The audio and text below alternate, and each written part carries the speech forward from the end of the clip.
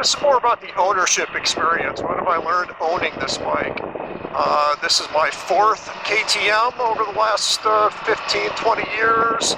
It's my second KTM, brand new KTM. Definitely a difference that you'll notice at the dealership before you leave with your bike, which is every KTM I've ever bought, new or used, came with a big binder full of information, or a folder or something. Had lots of, KTM paraphernalia, a pen, the manual, all of that. None of that exists in today's KTM. Now, you don't even get a manual with these bikes. You get a website, or actually it's not even unique to you, it's just KTM website where you go and download the manual. So that's a change, and honestly, I think it's a little bit of a disappointment. I kind of like my folder, but oh well, life moves on. So there's another thing that is unusual for any bike I've ever owned before, which is they expect you to have a rear stand for this bike just to check the chain. Well, usually when I buy a bike, it's either got a center stand and the chain tension is based on being on the center stand, or on a kickstand, and they give you the chain tension for that. This one, they tell you specifically you need to put it and give you a KTM part number, and they tell you that you have to put it on this rear tire stand and check your chain that way. The explanation how to check it, I had to look it up. Here we go. I had to go out to a YouTube video to finally figure out what the hell they were trying to say with the way they want you to check the stand. So just be aware, it's not that expensive. I think you can probably get them on Amazon as cheap as 50, 60 bucks. Or I bought the Pitbull, which my dealer, who I trust a lot, told me the most stable one is the one they had, which is called a Pitbull. And there we go. And it's sturdy as hell. So that's good. But you will have to buy a center stand or a rear tire stand if you want to check your chain tension. Let's see, the next thing I learned is the voltage on it. Thought it was really neat to have voltage right there in the bottom right of the screen. You can see it all the time. You don't have to click through it like I do on my Super Adventure S.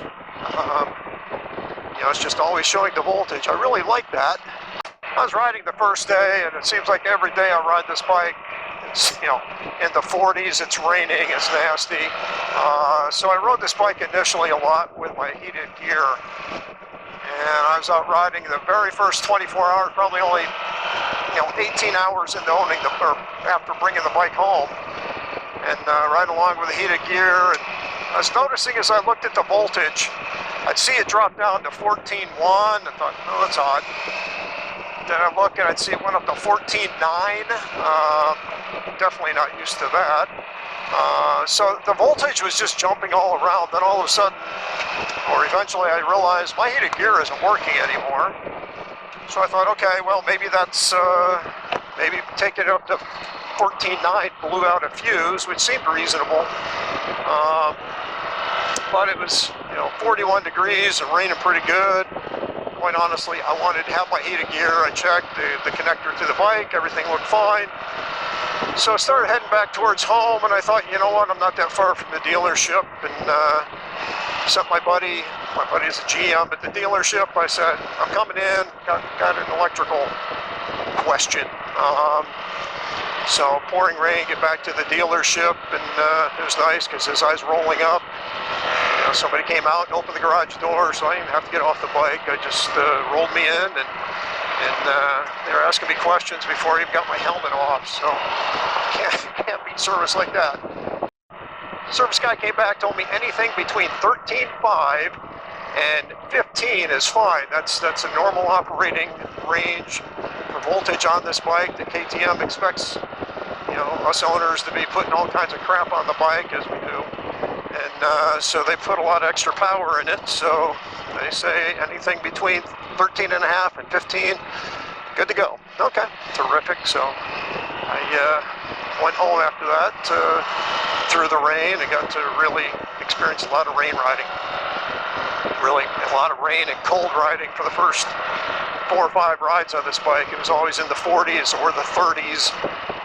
It seemed like it was almost always wet or raining, so I really didn't get to try out the bike that much.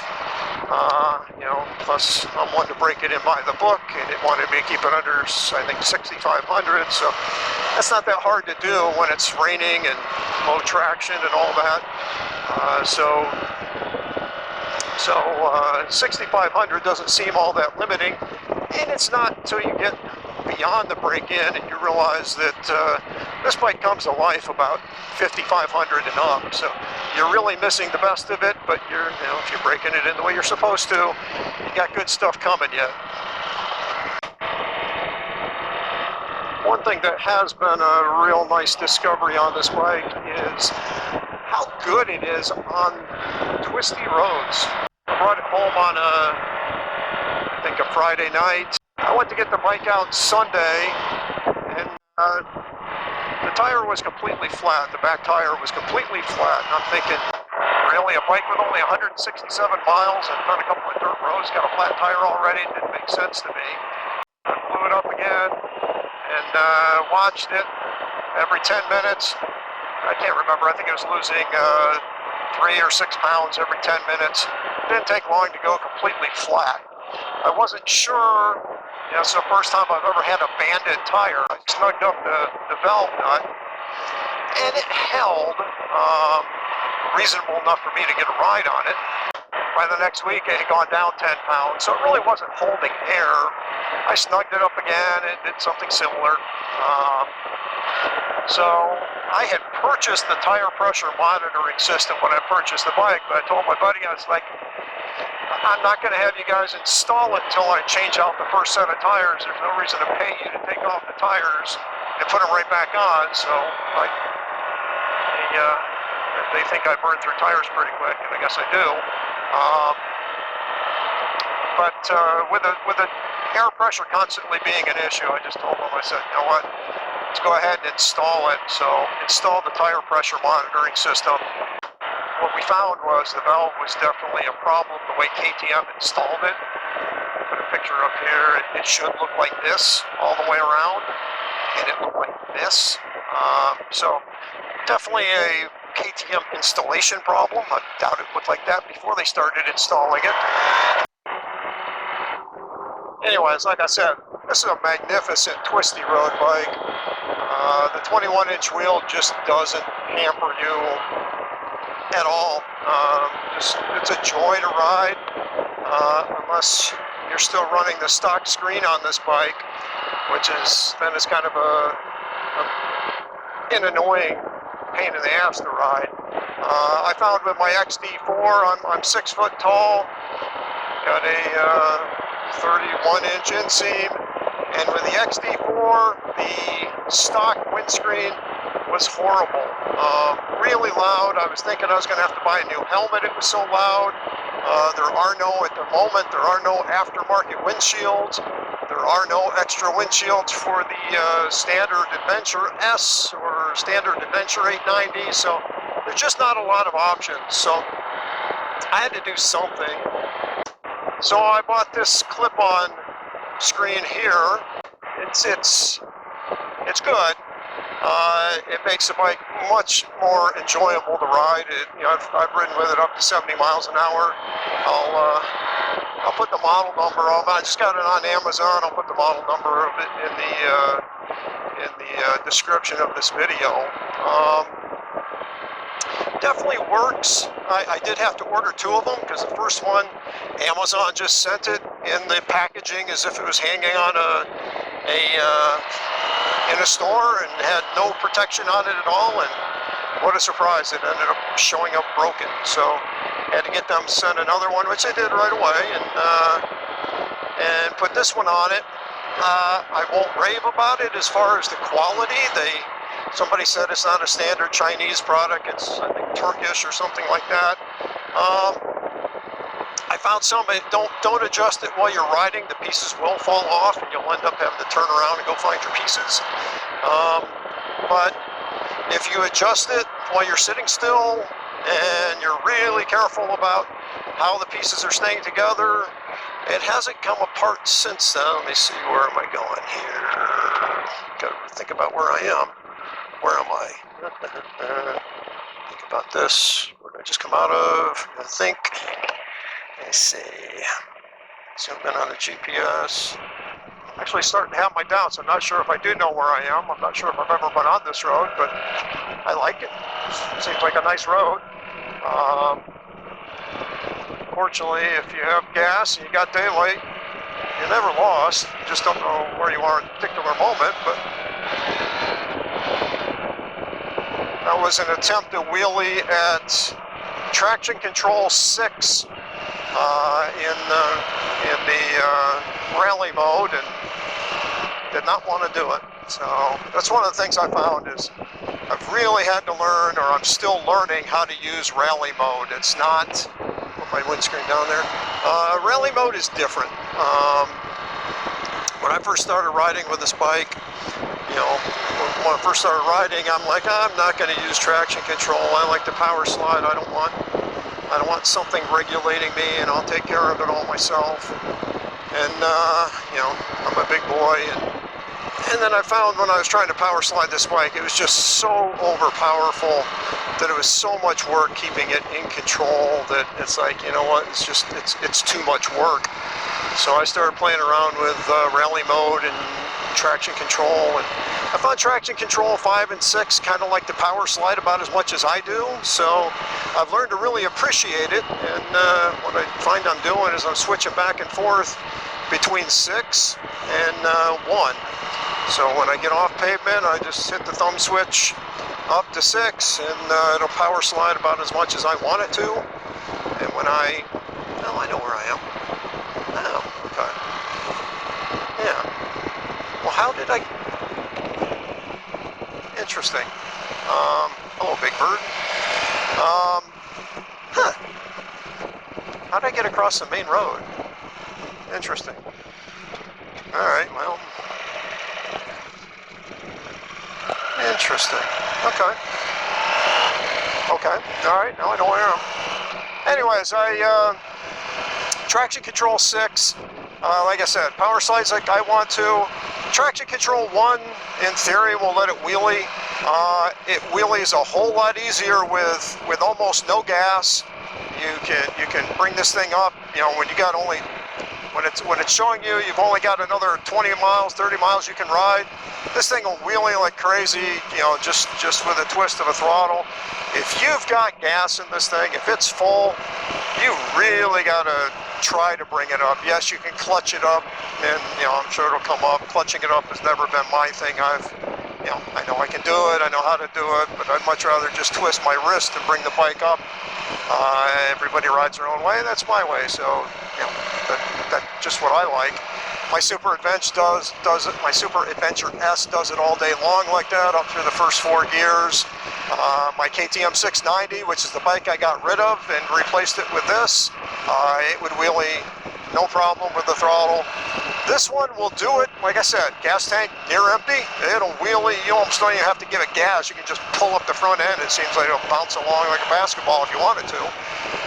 But you put full fuel in it, and if you think about where the fuel's sitting on this, it puts a lot of weight up front. Again, I'm sure it'll clutch up. Throttle-wise, really tough, and forget it if you're off pavement, especially if you're riding this kind of the kind of off pavement I have here, which is a lot of gravel. You just spin. It's damn near impossible to get a wheelie on some of these roads. You know, the more dirt it is, even believe it or not, the more mud it is, the actually easier it is to bring up the front end. So I'll say it's a lot of my technique, I'm sure, that's the problem. And I'm still learning the bike right now. I've only got 1,228 miles on it, and I still have a lot left to learn. But it's not the Yoo-hoo wheelie bike that you see in all the videos from back in December that it just comes up. I'm willing to bet they were almost out of gas when they were doing that. I could be wrong, but you know, I'm willing to have somebody say, no, it's all your technique and you suck. Okay, that's fine. But if you're somebody that just likes to wheelie up with the throttle, way easier with an empty gas tank than with a full gas tank. One other thing about riding this bike, you hear, if you look at ADV, you'll see a lot of people saying they'll never ride it in anything other than rally mode, and I get it. I mean, rally mode is definitely the most responsive. But I found, like when I was taking this bike to do the first service, it was an absolute frog strangling rain. I mean, it was dumping on me the whole way. It was really quite unpleasant. It was actually the first ride I had with this windscreen, and I was kind of distracted because some idiot left the zippers on the back of my Klein Badlands were open, and so I was just sitting in a puddle of water and couldn't understand it. My climbs had never failed, and why are my climbs failing? Well, because I left the zipper open, idiot. But anyways, it was such a miserable ride, and it was about a 45-minute ride to get to the dealership, that yes, I was happy to put it in rain mode, because one thing about rally is it's very responsive. Even when you take it up to 9, the throttle is very, very responsive. Quite honestly, when I'm riding along, and it was a lot of 4-lane, and it was just miserable wet, I was happy to have a throttle that wasn't so touchy. Normally it's just fun to have a throttle that's so responsive, but in a low traction environment, riding where you can't see shit. Oh yeah, it was also 41 degrees, as it always seems to be, or that's one of the warmer temperatures. So at 41 degrees, riding in the rain, I was using my XT4's allegedly anti-fog windscreen, couldn't see anything. Had to keep putting my finger in and wiping the windscreen, even though the anti-fog was there. Was actually talking to the dealer about it, saying, you know, what are my other options here? That's when I was also considering getting another helmet, because I can't see anything. They pulled up their RI manual and talked about the anti-fog screen, and it said it could be overcome by conditions. Well, I can tell you the conditions are 41 degrees, raining like a son of a gun, and just, you know, I couldn't see anything. So yes, I was happy to have rain mode and not be in Rally 9, but just put it in rain mode and make it as easy as I could. But you know, when you can't see, nothing's easy. As I am riding south on the Mid-Atlantic BDR. If I remember correctly, there's a couple nice little water crossings on here, but they're the little ones. They're not the one from the video. It's just you know, very minor little water crossings on this one. This is one of the water crossings coming up here. Yeah, not much. There we go. A little stony bottom there. Okay, that's one.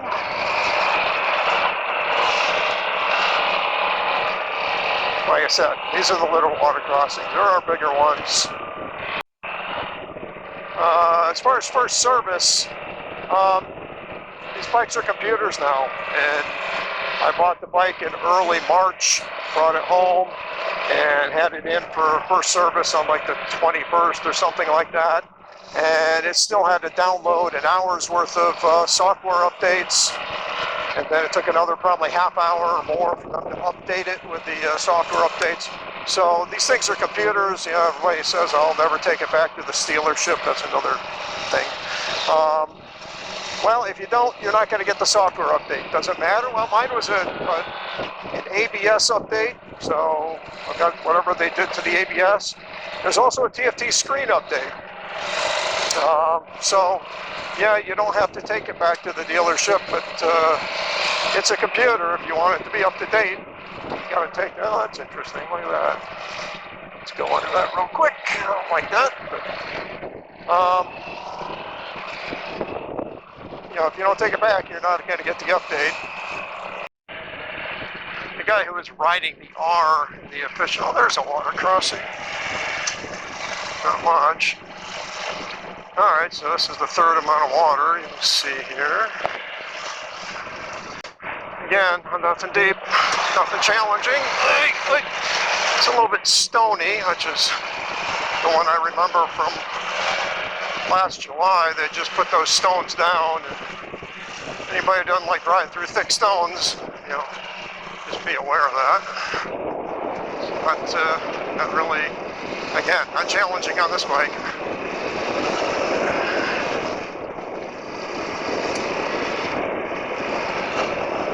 Of course, your results may vary. So far, I haven't found anything that I would do on the 690 that I would not do on the 890. It's really super easy to ride. Yeah, it's a 900cc dirt bike, and that sounds crazy, but you know, people talk about the way the gas tank sits and where the weight is, and I don't know, I'm not smart enough to know what it is that does it, but this bike is very easy to ride considering its size, its power, and everything else. I remember bringing it home and thinking, well, there's nothing special about this. It's, you know, everybody talks about how awesome it is, and it's like, you know, but then I just noticed that everything I was doing, I wasn't having to think about it at all, and I was just doing it, and then I realized, well, you know, this is a 900cc bike, or close enough to it. It's a big bike, and you're doing everything on it that you would do on the 690, and it's easy. So yeah, it handles beautifully. It handles beautifully on the road. One of the reasons I wanted to replace the 690 is to get to something like this, I had to ride, you know, almost 2 hours to get to it. And when you do that kind of riding on a 690 and you got to ride a lot of pavement, you feel beat up. It's exhausting. And boy, if you got to go farther, like when I did the new Pennsylvania BDR X, Pennsylvania Wilds, it's probably a 5-hour ride to get there. And it's really tiring on a 690. You can do it. I did it multiple times. But it was that kind of riding that just made me say, you know what? I need something that can go long distance and then be able to do this just as easily as you know, what I'm giving up on dirt ability with the 690, you know, it was definitely more bike than I could ever use. As far as a dirt bike, it was a phenomenal dirt bike, but I'm not going to do much more than this. I'll do a little more than this, but not a lot. It's got a lot of capabilities that I don't need. I don't remember this many water crossings last year.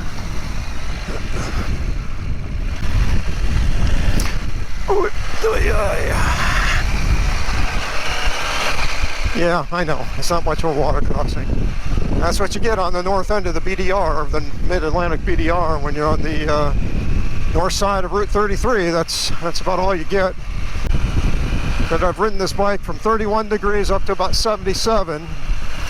And when you're riding it at 31 and 41 degrees, you don't realize how hot the bike is.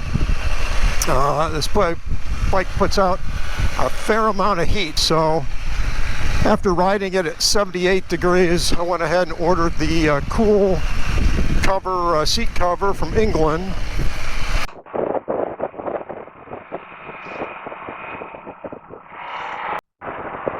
Okay, plenty of passing power with the 890. It's, passing is not a problem. And again, it's a wonderful road bike as far as handling. It's terrific. Today is a perfect example. I've ridden 3 hours away from home, and I want to get home as fast as possible. The idea of actually doing this on the 690 would just be dreadful. You know, I remember when I was riding the Pennsylvania Wilds route last year on the 690. There weren't a lot of hotels close to the route, so I'd look, and you know, Williamsport was 25 miles away, and it was just like, oh crap, I don't want to ride the 690 that far off the trail because it's just miserable. So, but I did. I rode it, you know, 25 miles to get to Williamsport and stay at a pretty cool hotel. And I had to ride it 25 miles back, and it's just like, that sucks. But on this bike, This bike's a joy to ride. I mean, this is the R, and you know, it's got whatever R tires on it, but it rides beautifully in the twisties. It does just great. That's exactly what I wanted from this bike. And I'm now 70 miles into what is really a road ride. You can see the road is straight. I'm not fatigued. If anything, the seat's a little stiff. Not a big deal, but I've been riding. Let's see, it's 5:19. I've been riding for about 4.5 hours. Most of it's sitting on my butt. You know, some standing when I was off pavement on the BDR and stuff like that, but had a lot of seat time. 4.5 hours on a stiff seat like this, it's not awful. I certainly have no inspiration to change the seat. The little windscreen's been doing great. Again, not a long-term solution, but having a hard time pointing out why it's not a long-term solution. It's been stable up to I've seen, you know, 78 miles an hour. Haven't seen it flutter or do anything else. So, you know, like I said, I'll probably end up doing close to 230, 240 miles today. The vast majority of it sitting on this seat. Not a big deal. You know, as far as wind protection, haven't thought about my XD4 being miserable. I don't know if anybody's still watching. Coming to the end, I've used a full tank of gas here. Hope you learned something. Hope you enjoyed it. Take care.